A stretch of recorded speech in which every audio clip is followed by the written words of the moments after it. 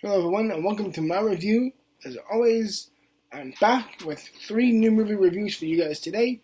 It wouldn't be up today, that's showing up tomorrow, and today I'm giving you my review to Toy Story 4. Tomorrow I'll give you my review of Spider-Man Far From Home, and then on Sunday I'll be giving you my review of Crawl, which are 3 movies I got to see recently. Crawl being the most recent, I saw it last week, last Saturday I believe.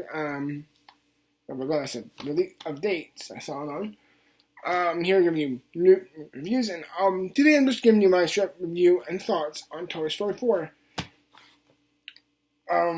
Because okay. So when it came to the last few years about new Disney films and how Disney has MCU and Marvel and everything like that, there's a real big thought bubble of like, oh, they're making another Toy Story movie. And a lot of us were in shock in the protests, and me being probably, I wouldn't say being the most vocal, but I was like very much staunchly against that. For me, you don't do that. You don't touch it. Toy Story, in my opinion, is only one of 2 perfect trilogies. Like, The Godfather 1 and 2 are perfect A+. The third is terrible. Star Wars is first 2 are A+, and then you got a B+ with Return of the Jedi. It is really good, but it's not as good. Then you got Lord of the Rings, which are and then with that there's like, in my view, there's Lord of the Rings and Toy Story. Each movie is an A+ within their own right. They're all superb films, and I understand that I'm sweating bad because it's so damn humid, and I should have my fan on, but I tried with this recording, and it kept overlapping, and I'm like, this isn't working. So, I'm just going to bear fruit. But regardless, Toy Story 4 was a film I've been very hesitant to see. I just was very hesitant. You can't touch upon perfection. Toy Story for me it's just one of my favorite trilogies of all time. They're easily one of my top 10 or 20 favorite movies of all time. They're just timeless, beautiful films. Each film is superb. Toy Story, the first Toy Story out of all, including this one, the first is still my favorite. But so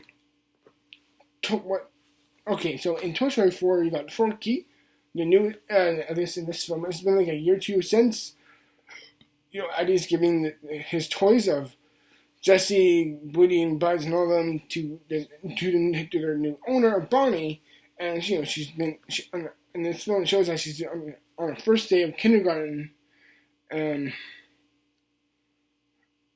in which Woody goes with her and he helps her create a toy, not interactively, just in the sense of, hey, I'm just going to secretly make a toy, and Forky, which is a spork, I believe, yes. And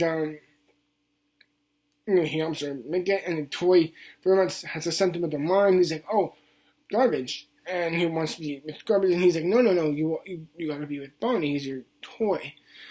I will admit that's not a great message, because he's like, I've got my own initial response to things. He's like, no, you gotta be Bonnie's toy. Conform in this way. It's not like the best message there, and I will admit the message behind that is not good. But it's the craft and the skill and the gorgeous animation and the beautiful voice acting by everyone. Everyone's back in this movie, and they're all just as good.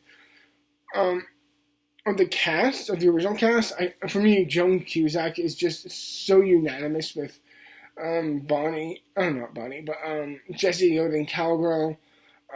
Tim Allen, Tom Hanks as Buzz and Woody, and they're just wonderful, timeless characters. And this movie follows through with her and her own adventure, going to this place, and how she loses Forky, and how, with that, Woody's kind of like, oh yeah, whatever happened to Little Miss Bo Peep, and how this that storyline continues through this movie, and how they end up in like a pawn shop or something like that, and or a valuable shop. And how they come across this old doll who needs like Woody's voice.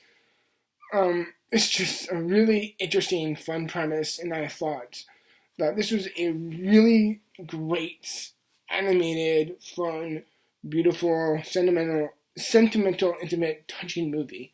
I will admit it's under themes of message. It's under themes of message of conformity and no need to be something else rather than what you want is not a good message. The film is like, he's like, what is it? He's like, got a hand like a parent. He's like, no, you gotta conform for what Bonnie wants. And it's like, that's never a good message. And I'm like, and that's always in the present of my mind. I'm like, that's not, but also you got so many other voice actors in the movie. Keanu Reeves is this stunt action toy. Oh my god, he and Key and Peele as these two stuffed animals. There's a wonderful joke about how they would take out the owner. Oh my god, you gotta see it. Me and my friend were in tears laughing. I mean, you're like the oldest kids there in the theater. It was just a great moment. I could barely contain myself. It was so funny. Some of the certain moments just were so well crafted. And the first thing I noticed, the first thing within the first 5 to 10 minutes of the movie, and there's a bit in the beginning with like the rain and how it was outside at night in this rain. I'm just looking at the pavement and how the rain comes down on it. I'm like, that's photorealistic. That had to be photorealistic. That's so good. The animation is so excellent. When it comes to pure visual effects for non-living things, like I know we could take them and maybe be like, the new Planet of the Apes movies and the current Lion King, which I'm not going to see for the record. I don't want to see that fucking film. It's like, you can take that. But I'm like, that looks extraordinary. That looks so good. It's amazing. And I was really blown away by how superb the animation was. The voice acting was great. I liked it. I liked the story itself. I legitimately did not know where the story was going to go with the heroes and what was going to be the main threat of the antagonist. And yet, how, again, I don't want to spoil too much, but how do you find a certain sense of redemption within the main antagonist herself? It's like, I really thought that was seriously clever, and I thought it was really sweet and really thoughtful on that angle. And I really liked on that how it's like how you can find that one person, how you can find your Andy, your Bonnie, and how we feel like that. Like, sure, I think for the majority of us, like we may have good memories of playing with our toys, but they weren't such a part of us. As again, I'm probably just speaking for myself, but it's like they weren't just a part of us. But what makes the toys in this Toy Story universe or world, what makes them so good is that we see ourselves through Andy and the toys themselves, both of their arcs and how they overlap with each other, how they find a bondage within a family theme and narrative. That's why we love animals, and very much as we have them as pets, because we feel such a bond with them, and by the end we feel like our animals and our toys in a weird type of way gives them a sense of our own, and it's like the warrantedness of being a family just radiates so sincerely and beautifully off screen, and it really just had so much beautiful intimacy. But also the music is amazing. The voice actor for Mrs. Bo Peep, I do not know who she is, but she's excellent. Again, as I said, Keanu Reeves is great. He's this stunt coordinator action doll, action toy. He's great. As I said before, Key and Peele just killed me in this movie. They were so funny. And here, like, I remember recently talking with like my cousins, younger cousins. They're like, "You want to see Toy Story 4? Please do. You will love this." But the real question for so many people, including myself, is there anything as good as it is? I feel like it's not gonna. I knew kind of, maybe this is my own bias of mine going in, but I knew it wasn't gonna top the first 3. And when watching it, I'm like, yeah, it's not as good as the first 3, but it's more advanced. It's more well animated. It's perhaps the funniest of the 4 of them. I think the 3 had the best story. I think the 3rd had the best story. I think the 2nd has the best performances. I think the 1st has such a time of nostalgia and love for it. And everything. I think Toy Story 4 has none of that, but it's still a really good damn movie. And I was very much, for me, this is quite like The Incredibles 2, where it's like, it's really damn technically great. I don't know if it's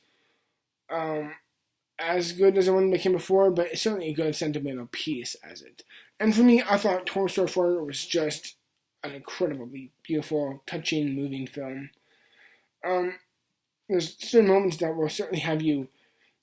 There's a moment where I was legit choked up. I was like,